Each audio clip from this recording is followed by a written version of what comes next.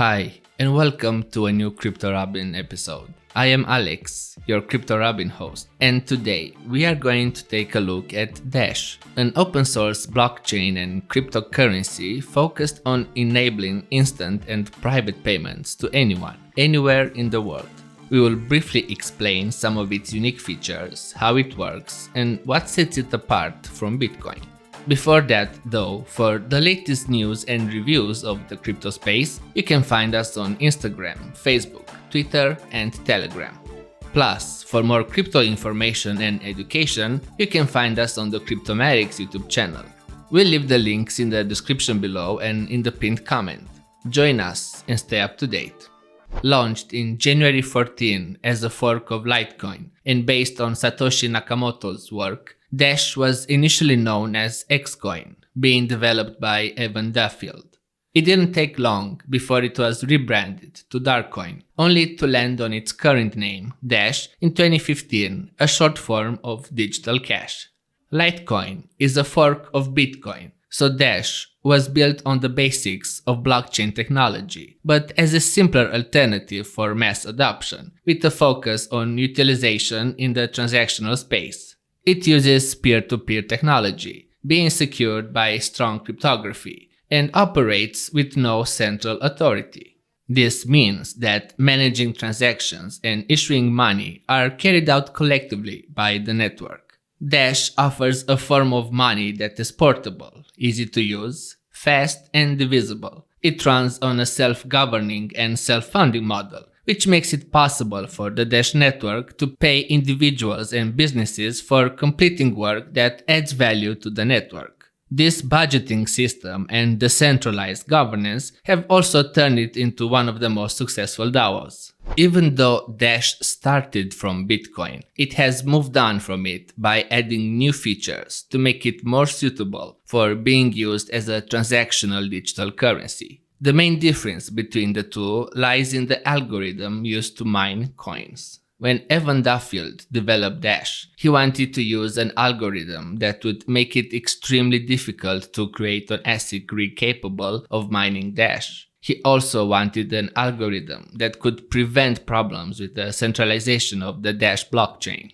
That's how the X11 algorithm came to be. What sets it apart from other proof-of-work algorithms is that it uses 11 different hashing functions, which made it difficult to build an ASIC rig capable of mining Dash for a while.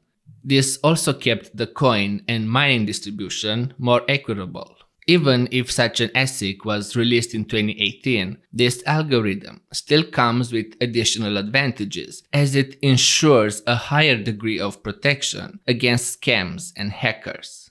Another major difference between Dash and Bitcoin lies in the governance system used by the two. Dash has pioneered a self-funding model by splitting block rewards between miners, masternodes, and treasury. Each of the first two groups gets a 45% share, while the treasury gets 10%, which is used to finance future Dash projects. What's worth mentioning is that masternodes are able to vote and thus determine the future of Dash. Dash is based on a two-tier network, which means that nodes and masternodes are allowed to run in tandem. The first tier of the Dash blockchain is powered by miners who compete to create new blocks and also secure the blockchain. They also preserve transaction history and prevent double spending. It is important to note here that Dash has an average block time of 2.5 minutes, while Bitcoin's block time is 10 minutes. The second tier is controlled by masternodes, which represent one of Dash's key innovations. These special nodes are users on the network who simplify the verification and validation of transactions. To become a masternode, though, one has to own 1000 Dash. It's through these masternodes that Dash solves Bitcoin's scalability problem, as they take on some of the functions of a miner.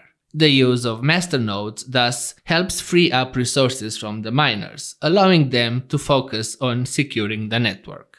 As we've said earlier, masternodes have a say in the network's future development directions and are shareholders, but they also have other roles, namely to store and maintain a full copy of the blockchain ledger, facilitate private and instant transactions, and reject blocks that were improperly formed by miners. Besides the X11 algorithm and masternodes, Dash introduced other innovative features in order to ensure transactions that are not only near instantaneous, but also close to impossible to trace. The following features have turned Dash into a pioneering project within the privacy coin sector.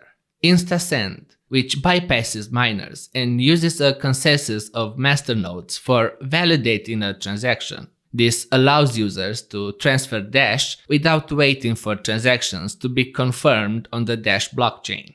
CoinJoin, a trustless method of running a sequence of transactions to make it difficult for an observer to trace the transaction history. Chainlocks, a feature that ensures protection against 51% attacks when used in parallel with InstaSend. Sparks, a mechanism unique to Dash by which updated code is released to the network without the need for instant change. This allows the development team to collect test data in the live network environment. Dash has a circulating supply of 10 million Dash coins, with a maximum supply of 18.9 million. At the time of our research, the Dash ranking on CoinMarketCap was at number 59, with a live market cap of $1.5 billion, and its price hovering around the $140 level. As we've mentioned earlier, 45% of new Dash coins go to the miners, the same to masternodes, and 10% to fund future proposals. However, in August 2020, a proposal regarding block reward reallocation was approved. Once activated, this will change the reward block allocation from 50-50 between miners and masternodes to 40-60 respectively.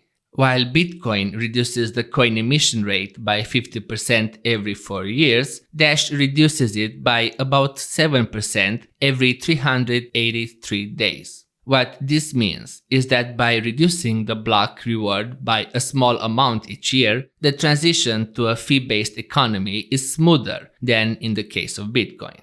Dash is listed on several important cryptocurrency exchanges, including Binance, OKX, Huobi Global, Coinbase Pro, CoinTiger, Bitfinex, and Kraken. There are multiple mobile and desktop Dash wallets available, each one of them with different features. Dash Core Wallet is the official fully featured wallet and desktop client for Dash, but we will leave a link in the video description so that you can get acquainted with all the wallet options out there.